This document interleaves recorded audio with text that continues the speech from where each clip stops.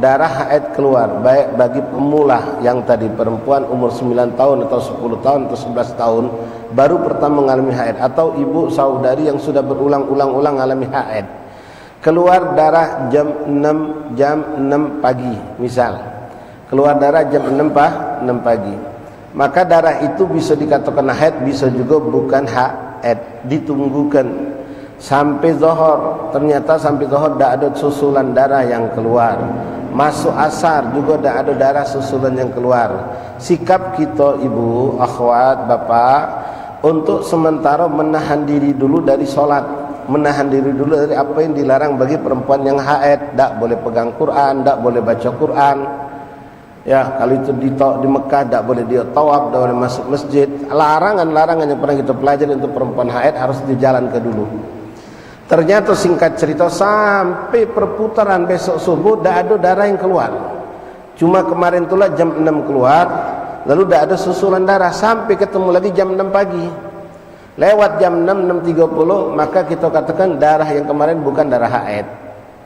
Bukan darah haid, karena keluarnya cuma sebentar dan tidak ada darah susulan setelah itu. Ditunggu ke sampai kapan? Sampai 24 jam. Maka kita bisa memvonis, oh ini bukan darah haid. Ternyata tidak ada susulan darah lagi.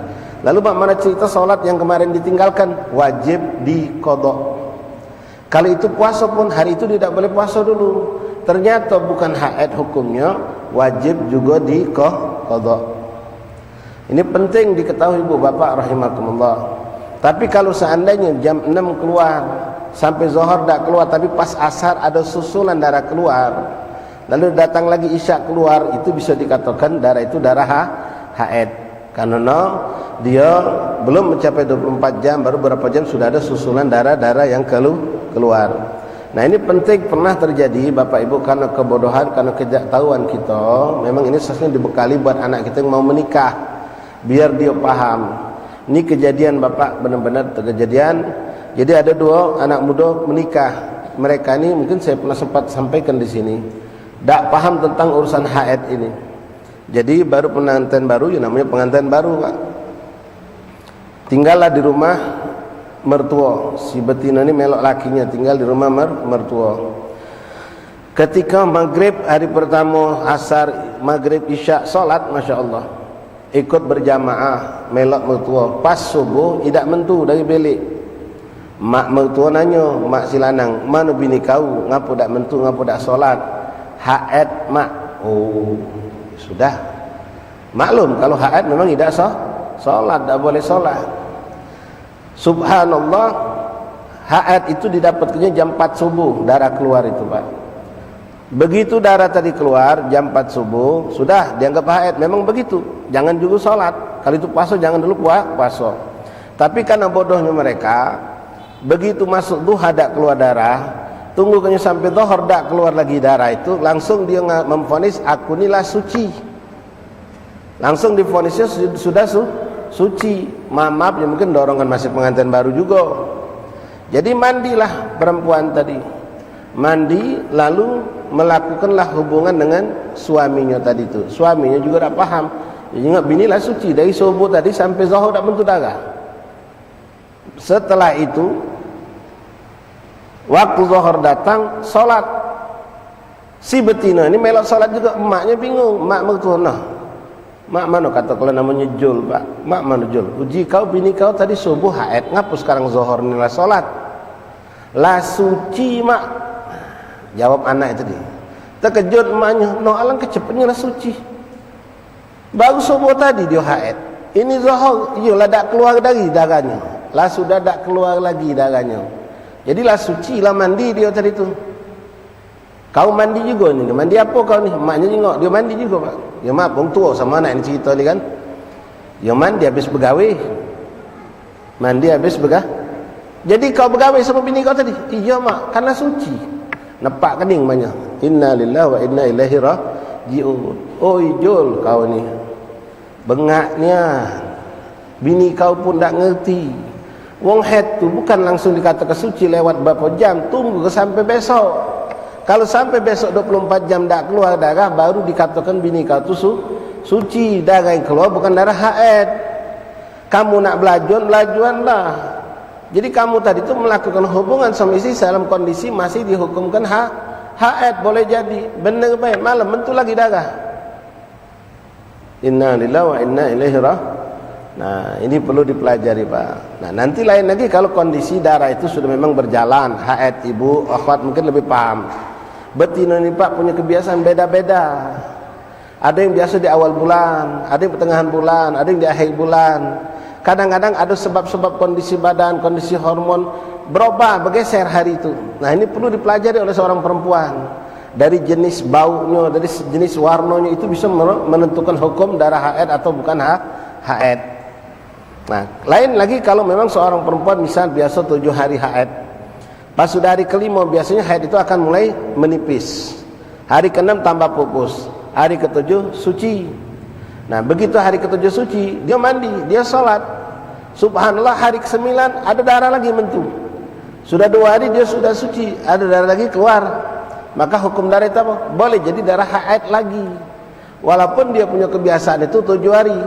Keluar lagi darah itu, tunggu ke sampai 24 jam. Kalau ternyata tidak, maka boleh jadi itu bukan darah haid, tapi kemungkinan tetap darah haid. Karena dalam hukum Bapak masih dalam lingkup ini mazhab Syafi'i, di dalam 15 hari boleh jadi masih tetap dikategorikan darah haid, walaupun sempat putus 3 hari mentu lagi, putus lagi 2 hari mentu lagi. Selagi dalam lingkupan 15 hari, maka boleh jadi tetap itu dihukumi darah haid.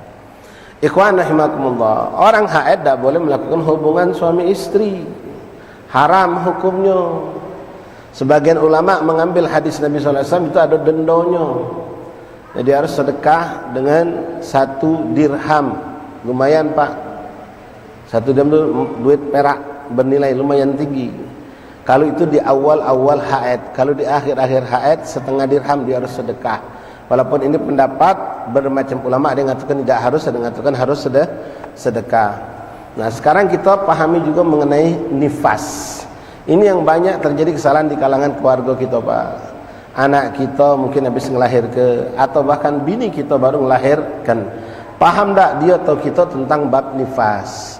Darah nifas adalah darah yang keluar dari seorang perempuan yang habis melahirkan.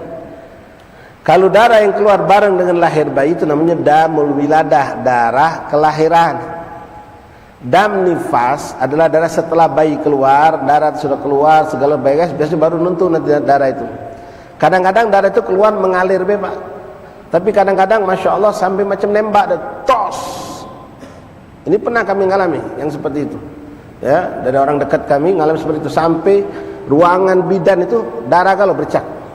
Jadi macam balon yang sudah kencang berisi darah ditusuk, tos, pecah, pus langsung. Nah, darah nifas ini paling sedikit boleh saja terjadi hanya 1 hari. Bahkan maaf, bukan saja sekali gecerotan. Dia tidak nunggu 24 jam. Gecerat keluar, itu darah nifas boleh jadi. Setelah itu tidak ada susulan darah. Nah, sama tunggu ke juga 24 jam tadi. Kalau tidak ada susulan darah lagi, berarti mungkin sudah suci. Cuma sehari boleh jadi. Paling normal kebanyakan menurut apa yang diteliti oleh Imam Syafi'i, perempuan itu mengalami 40 hari nifas. Paling kencang, paling banyak 60 hari. Nah, wong kita ni kebanyakan berpatokan 40 itulah. Sehingga ketika istri itu sudah mengalami nifas selesai di hari kelima, nifas selesai, tidak mentul lagi darah. Salat masih tidak boleh. Puasa jangan dulu, ngapa? Belum 40 Nah, ini musibah terjadi, Pak. Bukan tidak terjadi, karena wong kita ini kebanyakan kata wong tua kita dulu, kata nenek kami dulu, kata mak dulu, nunggu 40 lagi. Kalau belum 40 lagi jangan dulu puasa, jangan dulu salat, jangan dulu ngaji, jangan dulu ke masjid, jangan dulu. Padahal nifas itu boleh jadi sehari selesai, boleh jadi 5 hari, boleh jadi 10 hari, boleh jadi sekian hari, tidak tentu. Memang kebanyakan 40 hari. Bukan berarti harus 40 hari. Ini kami punya istri, punya kawan, Pak, punya anak 4 ekor. Kebetulan 3 lahirnya di bulan puasa. Dia ngalami nifas cuma 3 hari, cuma 5 hari, tapi sebulan penuh dia tak puasa. Ngapa? Uji mak kami nunggu 40 hari dulu. Nah, jadi dia selama lebih dari 3 minggu tak puasa tanpa uzur. Jadi hukumnya mana? Ya karena kebodohan tadi, boleh jadi Allah maafkan. Tapi maaf, bodoh yang dimaafkan itu kalau memang tinggal jauh dari ulama. Tak ada ustaz, tak ada ustazah, tak ada majlis taklim yang menjelaskan. Ustaz belamburan, ustazah di mana-mana. Bahkan kita bisa mempelajari lewat media, tapi hati-hati, nak selektif. Lewat media ini nak selektif. Ummahat ibu-ibu boleh. Katakanlah karena kesibukan nak nyari ustazah saro daerah kita ni, kata ustazah ada juga daerah-daerah di Kecamatan Ili Timur sana barangkali. Boleh lewat medsos, tapi selektif. Pertama, madhabnya ahli akidahnya ahli sunnah wal jamaah. Kedua, madhabnya syafi'i. Karena kita ni mayoritas syafi'i. Ada sedikit beda-beda antara madhab syafi'i dengan madhab selain syafi'i. Sama baik, yang penting ustaz, yang penting ustazah. Tak bisa, nanti kita kacau. Karena dalam madhab syafi'i beliau telah meneliti dan menentukan paling banyak 60 hari. Jadi boleh jadi keluar sehari selesai. Nah, boleh jadi bapak hadirin rahimakumullah, ibu-ibu akhwat, ni kita contohkan nifas terjadi 1, 2, 3, 4, 5 hari, lalu selesai bersih, maka mandi dia tadi perempuan, mandi dari hadas besar, dari nifas. Di hari ke-6, ke-7, ke-8, ke-9 suci, ke-10 bentuk lagi darah. Nah, darah ini darah apa? Apa dikatakan darah haid atau masih nifas? Nah, ini perlu dipertanyakan. Jawabnya masih darah nifas. Hari ke-10 bentuk lagi, 11, 12, 13 berhenti, 14, 15 sampai 22 suci. Hari 25 bentuk lagi darah, masih darah nifas. Selagi masih dalam lingkup 60 hari, keluar berhenti itu masih tetap dihukumi darah yang keluar darah nifas. Setiap berhenti dan suci, tak ada darah keluar, mandi. Kalau itu puasa, lakukan puasa. Solat 5 waktu, lakukan solat 5 waktu. Jadi pertama, jangan berpatokan beranggapan nifas harus 40 hari. Ada juga bukan mitos. Dalam satu sisi baik, dalam satu sisi sebenarnya itu suatu yang juga mungkin tak baik. Ngatakan kalau orang baru habis melahirkan jangan mentu dulu sama 40 hari. Baliknya bab nifas tadilah. Ya kalau katik gawiannya di rumah mendebe bagus. Memang wong dulu tu memang lahir itu 40 hari tak mentu dari rumah. Nah, apa kata dah pisah dengan bayi. Nyuci popok dewek segala macam dewek, dah kati tugas di luar. Nah, sekarang kalau ada tugas-tugas yang penting di luar, ya silahkan, tak harus nunggu 40 hari. Tapi kalau tak ada urusan luar, ngapa pula nak mentu? Duduk manis di rumah lebih afdal. Nyayangi anak, nyusui, ngaloni anak tadi itu lebih afdal. Sebenarnya tak ada urusan, tak boleh keluar sebelum 40 hari. Itu tak ada dalam hukum syariat. Boleh. Cuma kebetulan memang kondisi seperti itu, afdalnya dia jangan banyak mentu. Mungkin dengan kondisi yang masih lemah, masih nifas, dan seterusnya. Nah, ikhwan rahimakumullah, jadi darah nifas tadi tolong diingat tidak berpatokan 40 hari. Begitu sudah suci 3 hari, 5 hari atau 10 hari, silakan mandi. Salatlah 5 waktu, kerjakanlah ibadah sebanyak-banyaknya, baca Quran, pegang Quran, nak salat duha, salat tahajud, salat witir, silakan. Dapat 4, 5, 6, 10 hari suci atau keluar dari darah, itu masih nifas, stop.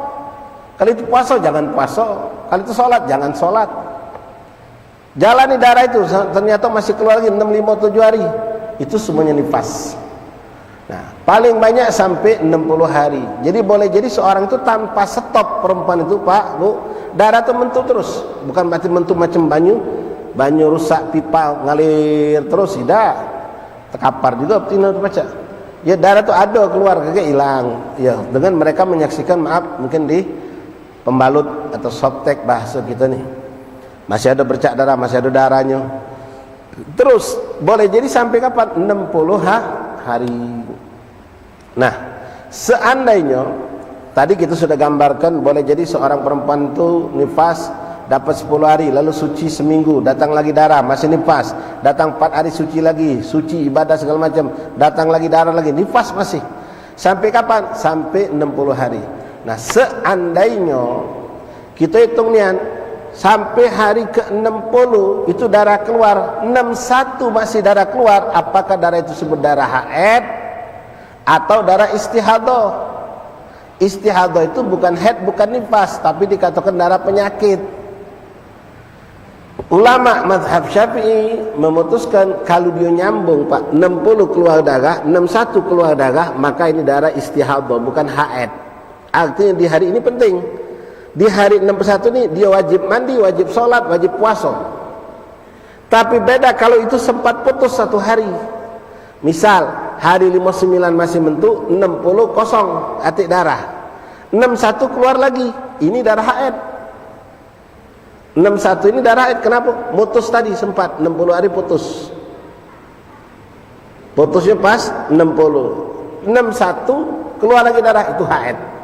Tapi kalau nyambung 60 ngalir, 61 ngalir, ini bukan haid namanya, istihadah. Ini penting belajar. Kenapa? Di sini akan wajib sholat atau tidak wajib sholat, wajib puasa atau tidak wajib puasa. Maka perempuan harus teliti, dicatat kapan darah itu keluar, kapan berhenti.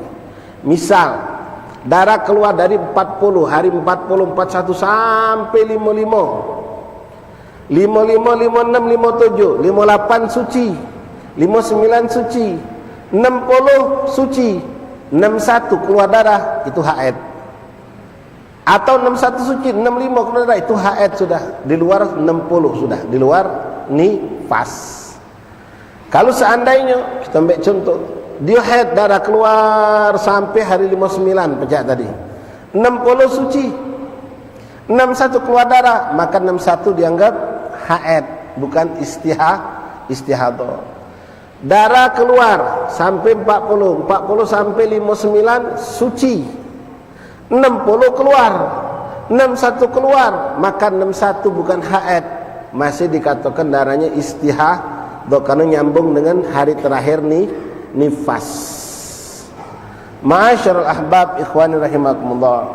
Jadi nifas boleh jadi cuma satu hari, boleh jadi beberapa hari, kebanyakan memang 40 hari, paling kenceng paling lama 60 hari.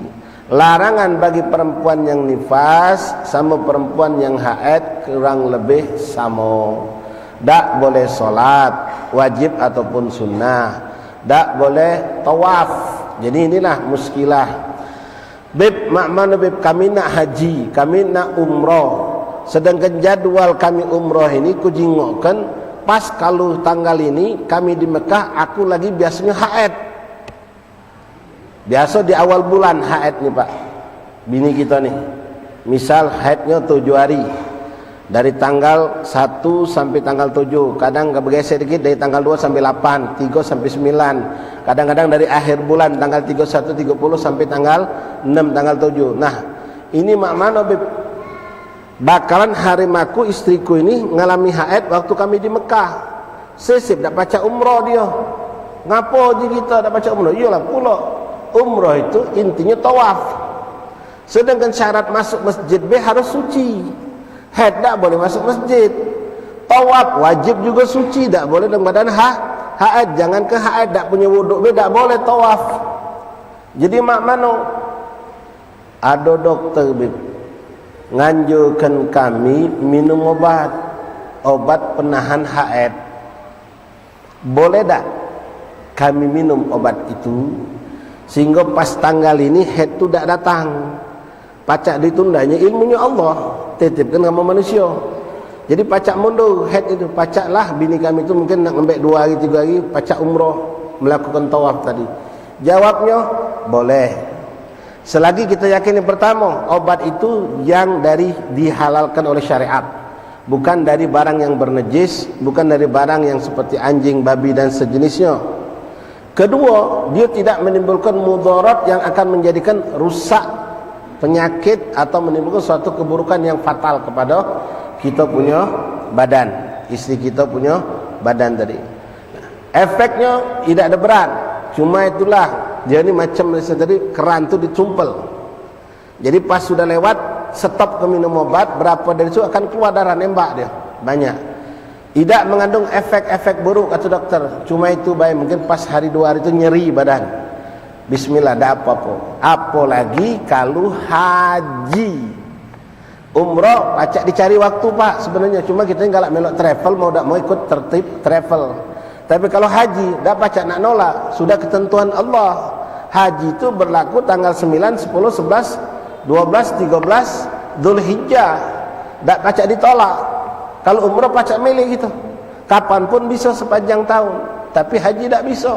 Apalagi model kita reguler Pak, nunggu 20 tahun, 15 tahun. Kalau gagal haji tahun ini nunggu nak kodok lagi, wallahu a'lam kapan.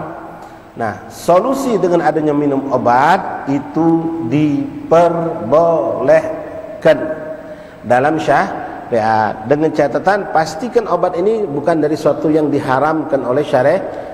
Kedua, dia tidak menimbulkan efek yang buruk yang akan mencelakakan yang punya badan. Kalau efek-efek buruk cuma nyeri baik, ya cuma gawan nak kencing terus, badan sedikit meriang, tak apa-apa.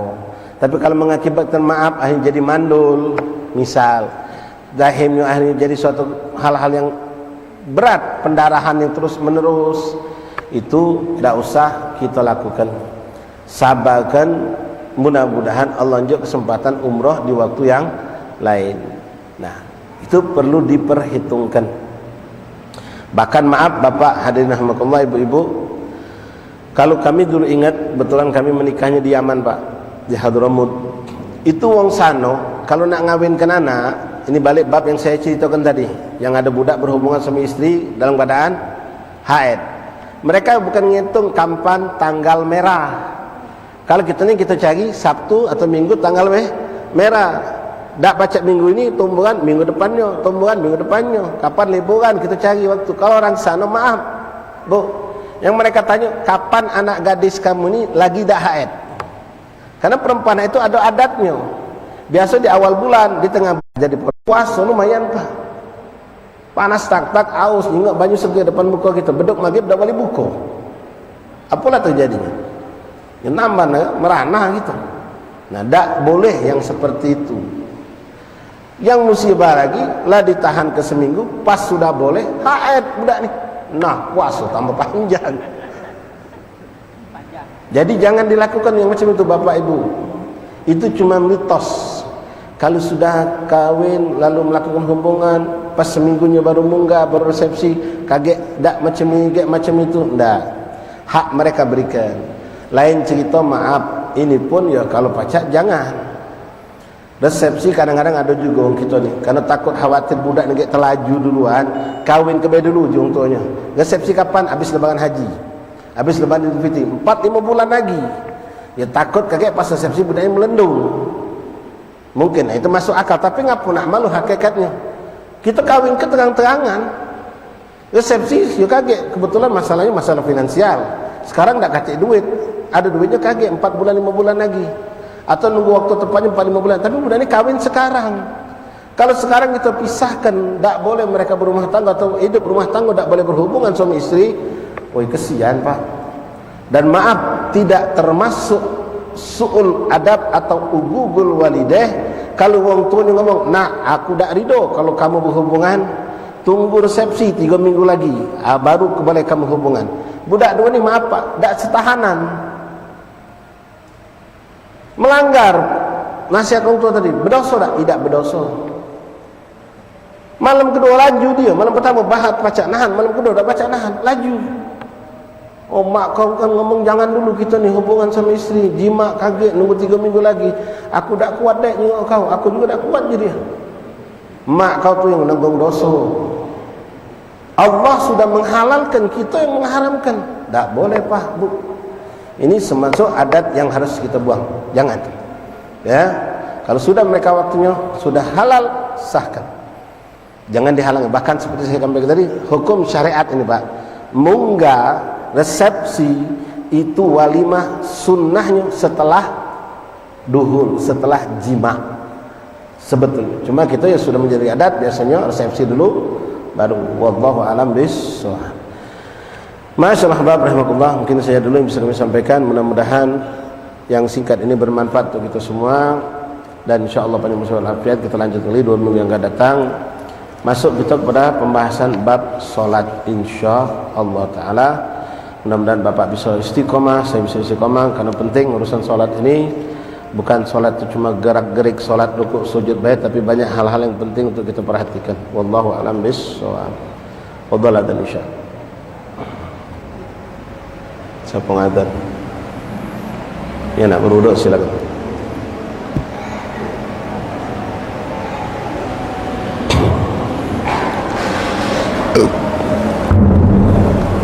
Oh, ada banyak.